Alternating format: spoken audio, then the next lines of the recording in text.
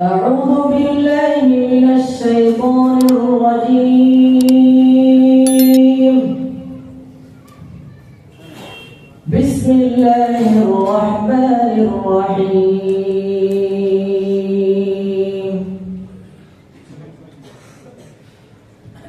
إن هذا القرآن يقص على بني إسرائيل أكثر الذي هم فيه يختلفون،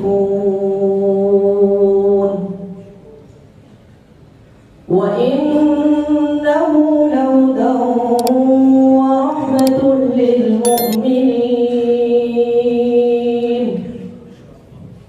إن ربك يقضي بينهم بحكمه وهو العزيز العليم.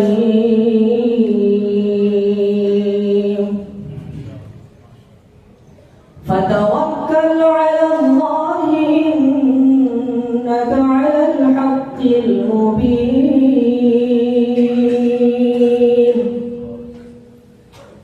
إنك لا تسمع الموتى ولا تسمع الصم الدعاء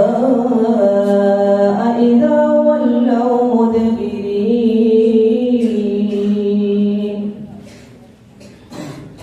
وما أنت بهاد العمي عن ضلالتهم، إن تسمع إلا من يؤمن بآياتنا فهم مسلمون.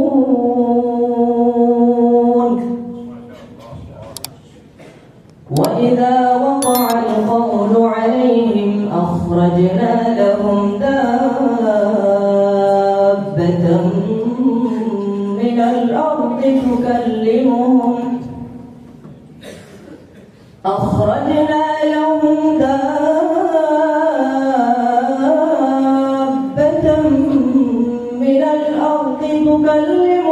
أن الناس كانوا بآياتنا لا يوقنون.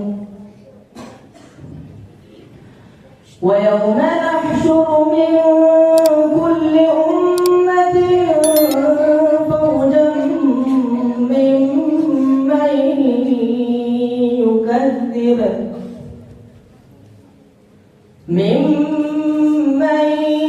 يكذب بآياتنا فهم يوزعون.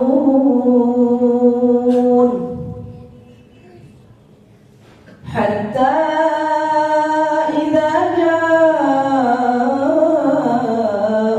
قال أكذبتم بآياتي ولم تحيطوا بها